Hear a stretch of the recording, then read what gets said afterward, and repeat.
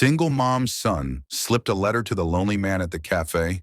What he read shattered him in seconds. Before we continue, please tell us where in the world you're watching from. We love seeing how far our stories travel. Emma Torres had gotten real good at being invisible over the past 4 years. The kind of invisible where customers looked right through you when you refilled their coffee, where you could wipe down tables and clean up messes and exist in a room full of people without a single one of them actually seeing you as anything more than the woman in the apron. That's just what happens when you're a 29-year-old single mom working double shifts at a cafe that smells like burnt coffee and broken dreams, trying to keep your head above water while the world keeps shoving it back under. She was wiping down table 6 for the third time that evening, her lower back screaming from 9 hours on her feet, when she caught herself staring at him again. The man by the window, same spot he'd claimed every single night for the past 3 months, sitting there like some kind of ghost who'd forgotten he was supposed to move on Marcus. That's what his credit card receipt said, though he never used his voice enough for her to know much else about him beyond his coffee order and the fact that he looked like sadness had physically moved into his body and signed a long-term lease. Her son Jake was tucked into the corner booth doing homework, or at least pretending to do homework, his little legs swinging under the table while he chewed on his pencil and snuck glances at the sad man by the window. Emma had been bringing Jake to work after school ever since his after-school program got too expensive to keep paying for, and the cafe owner Rosa was kind enough to let him camp out as long as he stayed quiet and didn't bother the customers. But tonight Jake wasn't looking at his math worksheet. He was watching Marcus with those big brown eyes that noticed way too much for a 6-year-old Rosa called Emma to the kitchen because the ancient dishwasher was making that god-awful grinding noise again. And Emma told Jake the same thing she always did. Stay put, finish your homework, don't bother anyone. Jake nodded, all innocent smiles and promises he had absolutely no intention of keeping. And the second Emma disappeared through those swinging doors, that kid pulled out his crayons and a piece of lined paper and started writing like his little life depended on it. He wrote slow and careful, tongue poking out the side of his mouth in concentration. And when he was done, he read it over twice to make sure he'd spelled everything right, because his mommy always said, if you're going to say something important, you better say it correct.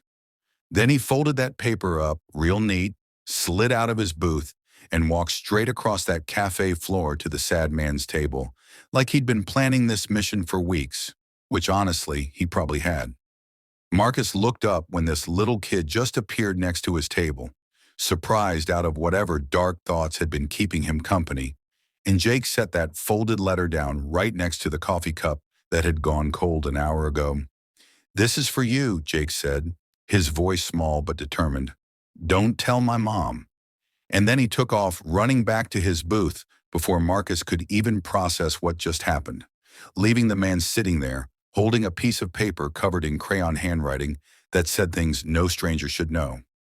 Marcus unfolded it slowly, like he was half expecting it to be a joke or a complaint or some kid's random doodle. But what he found instead made his chest do this awful twisting thing it hadn't done in 3 years.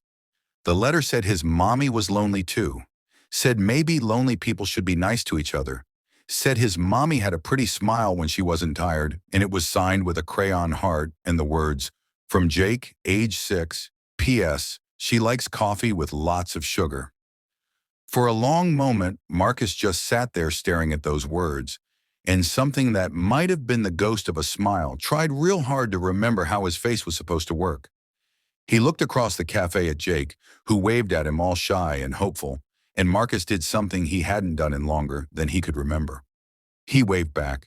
Then he carefully folded that letter, put it in his wallet like it was something precious, stood up and left $100 bill on the table for a $3 cup of coffee, and walked out into the night before he could talk himself into staying. Emma came back from the kitchen to find Marcus's table empty, which was weird because he usually stayed until closing, and Rosa was holding up a $100 bill looking confused as hell. What did your kid do? Rosa asked, not even mad, just genuinely curious. Emma's stomach dropped. What do you mean, what did he do? Jake was sitting in his booth looking guilty as sin, and when Emma asked him what he gave the sad man, his voice came out so small she almost didn't hear it. A letter. I wrote him a letter that said maybe you guys should be friends because you're both lonely. Emma wanted to die right there on that cafe floor from pure embarrassment, wanted to sink through the tiles and disappear into whatever was underneath. But Rosa was grinning like this was the best thing that had happened all month. Well, whatever that letter said, the man left you this. She handed Emma the bill with a note scrawled on it that just said, "Thank your son for his kindness." And Emma's hand started shaking because she didn't know whether to be mortified or touched, or some weird combination of both. The next evening, Emma kept telling herself she wasn't watching the door, wasn't hoping that Marcus would show up, wasn't wondering if her 6-year-old's crayon letter had scared off the one customer who seemed more broken than she was. But when that door chimed at exactly 6 o'clock and Marcus walked in, her heart did this stupid jumping thing she had no business feeling. He didn't go to his usual table, though. He walked straight toward her, and when he held out his hand and introduced himself properly for the first time in 3 months, his voice was rough, like he'd forgotten how to use it for actual conversation. "I never thanked your son properly," Marcus said, and Emma noticed his eyes weren't quite as empty as they usually were. "And I never introduced myself. I'm Marcus." Emma's voice came out way shakier than she wanted. "Emma, but you probably knew that from the letter my son had absolutely no business writing." Marcus smiled then, really smiled, and it changed his whole face. He wasn't wrong, though, about the smile. Emma felt her cheeks go hot. "I'm so sorry, he shouldn't have—" But Marcus cut her off, gentle. "Can I buy you a coffee after your shift?" Emma opened her mouth to say no, because this was crazy. He was a customer. She didn't know him. This wasn't how life worked for people like her. But then Jake's voice rang out across the cafe loud enough for everyone to hear. "Say yes, Mommy!" The whole place cracked up laughing, and Emma wanted to murder her kid and hug him at the same time. "I guess one coffee wouldn't hurt," she heard herself say, and Marcus's smile got a little wider. "Good, I'll wait." He went to his table, but this time he wasn't staring at nothing. He was watching her, and Emma realized her son's ridiculous letter might have just changed absolutely everything. The last hour of Emma's shift was an absolute disaster, the kind where she couldn't do a single thing right because her brain had completely checked out and moved into some alternate universe where a strange man was waiting to have coffee with her, and her entire body had apparently forgotten how to function like a normal human being. She spilled coffee on table 3, mixed up orders for table 7, and nearly dropped an entire tray of dishes because her hands wouldn't stop shaking. And Rosa was watching the whole thing with this knowing smirk that made Emma want to throw a dish rag at her face. "You got it bad already, and you haven't even had the date yet," Rosa said, wiping down the counter and not even trying to hide her amusement. Emma grabbed a clean pot and started making fresh coffee just to have something to do with her hands. "It's not a date, it's just coffee, after work, with a customer who my son ambushed with a crayon letter about how pathetically lonely I am." Rosa laughed so hard she snorted. "Girl, when's the last time you had just coffee with a man who looks at you like that?" Emma didn't answer because the truth was 4 years. Not since Jake's dad walked out the door and never looked back. And she really didn't want to think about that right now. When 9 o'clock finally hit and Emma's shift officially ended, Rosa practically shoved her out of her apron and took Jake upstairs to her apartment with a wink that was absolutely not subtle. Jake whispered to Marcus on his way out, his little voice trying to be serious, "Don't make her sad, okay?" And Marcus answered him like he was making an actual vow, "I wouldn't dream of it, buddy." Then it was just the two of them sitting across from each other at his usual table. And the silence that fell between them was so awkward Emma wanted to crawl under the booth and hide there forever. She tried to break it with humor because that's what she did when she was nervous. "So do you come here every night because our coffee's amazing, or because you've got nowhere else to be?" The second it left her mouth, she wanted to take it back. But Marcus just smiled this sad little smile and said, "Honest answer, it's the second one." The way he said it, so simple and raw, like he'd given up on pretending everything was fine, made Emma's chest hurt.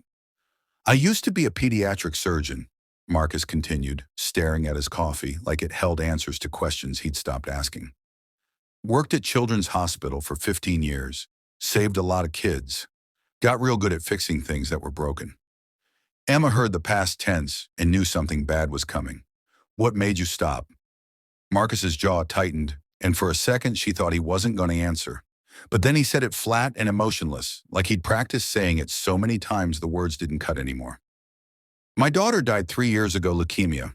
She was 5 years old, and I'm a doctor who spent his entire career saving other people's kids, and I couldn't do a damn thing to save my own. Emma's hand moved across the table before her brain could stop it, covering his, and he looked at their hands like he'd forgotten what human touch felt like. My wife left 6 months after we buried Lily, Marcus said, his voice getting quieter. Said looking at me reminded her too much of what we lost, and I get it. I really do, because I can't look in the mirror most days without seeing the same thing. He finally looked up at Emma, and his eyes were wet.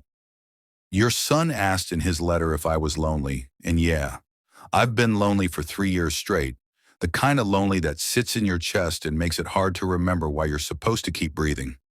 Emma felt tears sliding down her face. I've been lonely for 4 years, ever since Jake's dad found out I was pregnant and decided being a father wasn't part of his life plan. They talked for 2 hours after that, the cafe empty around them, except for the hum of the old refrigerator and the occasional car passing outside. And Emma told him things she hadn't said out loud in years. How she'd been working 2 jobs since Jake was born, the cafe during the week and cleaning offices on weekends. How her dream of being a teacher died when she couldn't afford to finish her degree. How some nights she cried in the bathroom after Jake fell asleep because she was so tired of barely keeping her head above water. Marcus listened to every word like it mattered, like she mattered. And then he told her about selling his medical practice and his big house because they reminded him of the family he used to have. About living in a small apartment where the walls didn't echo with memories.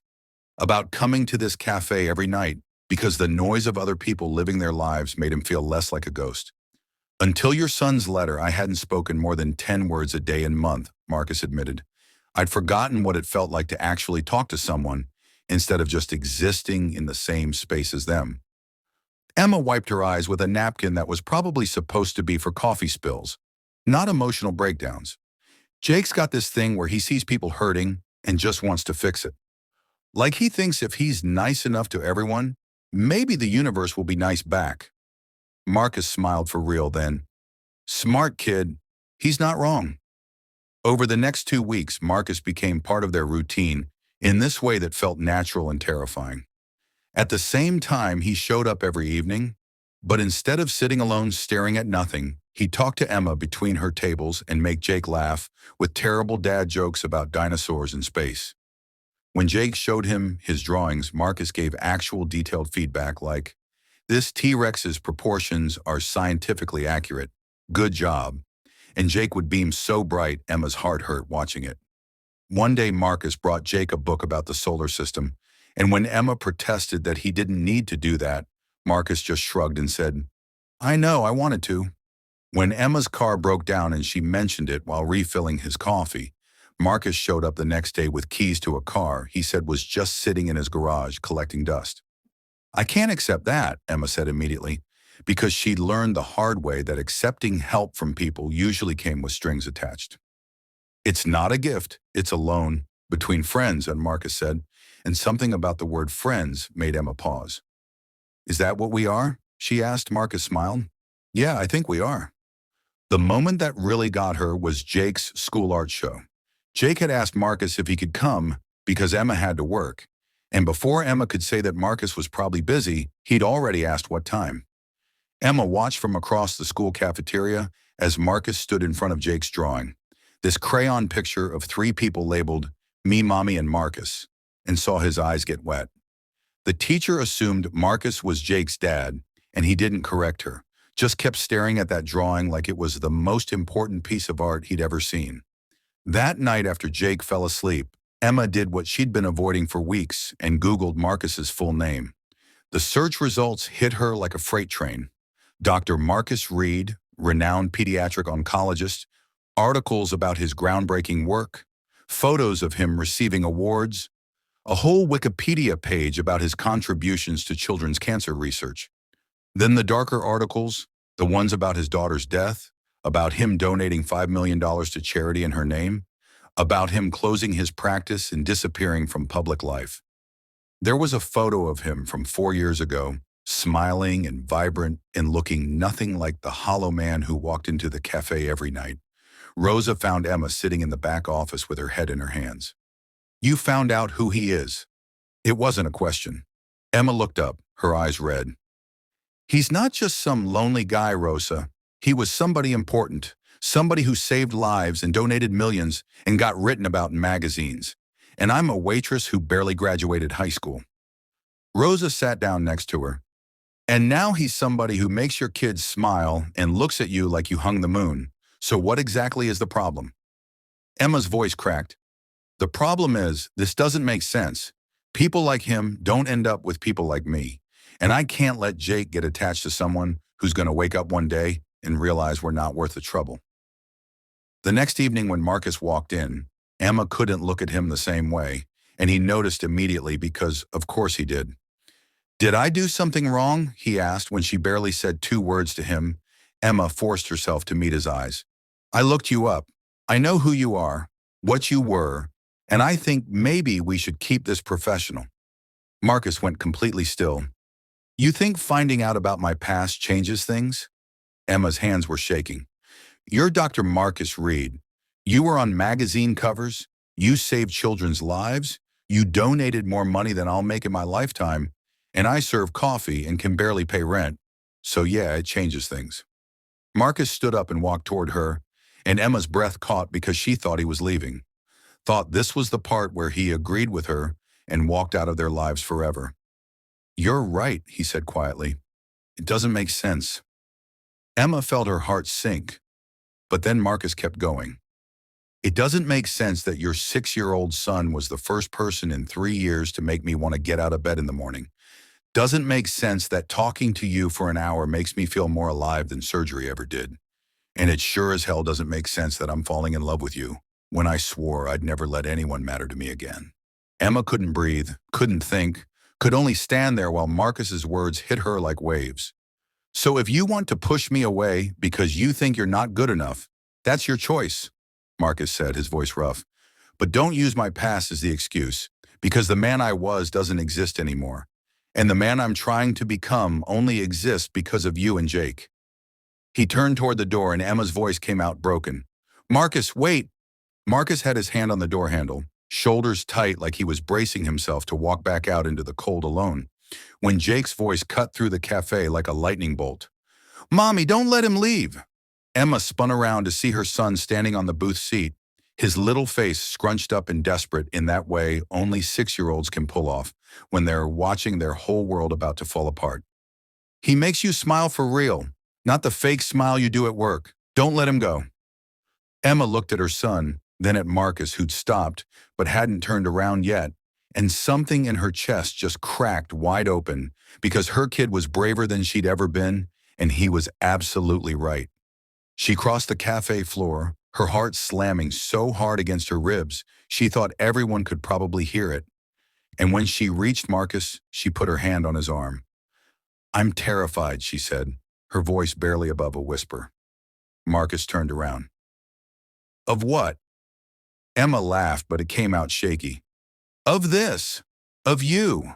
Of the fact that my 6-year-old has more guts than I do." She wiped her eyes with the back of her hand.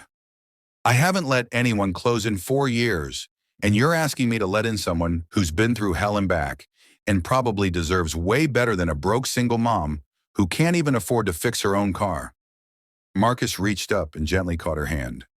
"I'm not asking you to fix me, Emma. I'm asking you to let me try to be whole again, and I want to do that with you." The cafe had gone completely silent, the few remaining customers absolutely riveting their attention on this scene playing out. But Emma didn't care anymore. She pulled Marcus down and kissed him, and it was tentative and scared but so real it made her dizzy. Jake's cheer from across the cafe could probably be heard 3 blocks away, and Rosa was behind the counter literally crying into a dish rag. And when Emma and Marcus broke apart, he rested his forehead against hers. "So we're doing this?" he asked. Emma nodded, still trying to catch her breath. "Yeah, I think we are." 3 months later, Emma was standing in her tiny apartment, staring at the letter from her landlord that said her rent was going up $400 a month, which might as well have been $4,000 for all the chance she had of affording it. Marcus was there for dinner because Jake had insisted, and he noticed everything. The leaky sink Emma couldn't afford to fix, the crack in the ceiling she'd stopped seeing, the space heater running because the actual heat hadn't worked in 2 years.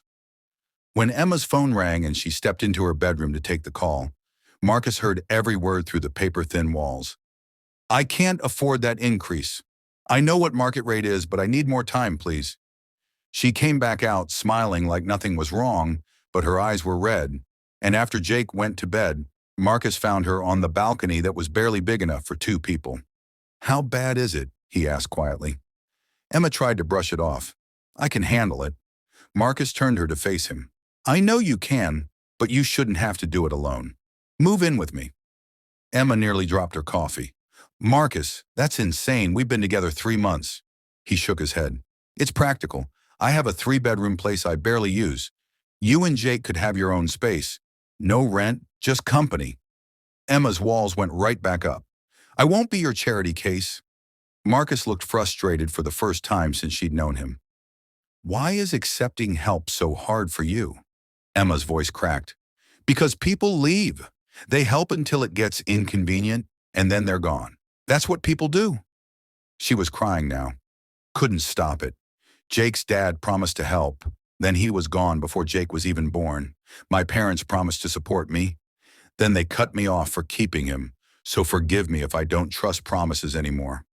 Marcus pulled her close and she fought it for about 2 seconds before just collapsing against his chest.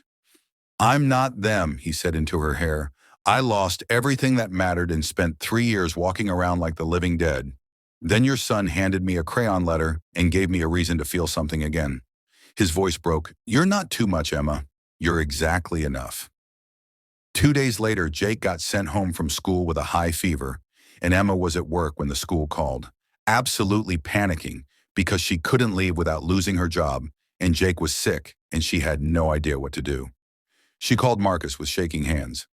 "I don't know what to do. I can't leave work, and Jake needs—" Marcus cut her off. "I'm already in the car. Which school?" 20 minutes later, he was signing Jake out, and the school nurse handed him forms saying he was listed as emergency contact.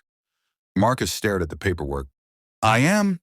The nurse showed him where Emma had added his name last week, and something in Marcus's chest absolutely shattered in the best possible way. He took Jake back to his place and checked him over with the careful precision of someone who'd done this 1,000 times. "Just a flu bug, buddy. You'll be okay." Jake, feverish and small, looked up at him with worried eyes. "Are you gonna leave like my real dad did?" Marcus sat down on the couch and pulled Jake against his side. "No, Jake, I'm not going anywhere, I promise." When Emma rushed over after her shift and found her son asleep on Marcus's couch with Marcus reading beside him, she just broke down crying, 4 years of doing everything alone finally catching up with her. Marcus sat beside her on the floor while she sobbed into her hands. "You came. You actually came when I called." He pulled her close. "Of course I came. Where else would I be?" Emma pulled a folded paper from her purse, her hands shaking. "Jake's not the only one who can write letters." Marcus read it while Emma watched his face, and her voice narrated what she'd written. "My son is braver than I'll ever be. He saw 2 lonely people and decided to fix it. He understood something I'd forgotten, that we're not meant to do this alone. If the offer still stands, we'd like to come home to you." Marcus was crying by the time he finished. "The offer stands, it'll always stand." They kissed like it was a promise neither of them planned on breaking. 6 months later, they walked into Riverside Café as a family, and Rosa practically screamed when she saw them. They sat at what used to be Marcus's lonely table, and Jake pulled out his crayons and started writing. "What are you drawing, baby?" Emma asked Jake, pointed to an elderly man sitting alone in the corner. "Another letter. He looks lonely." He walked over and handed it to the man, and when the stranger read it and started crying, Jake brought him back to their table.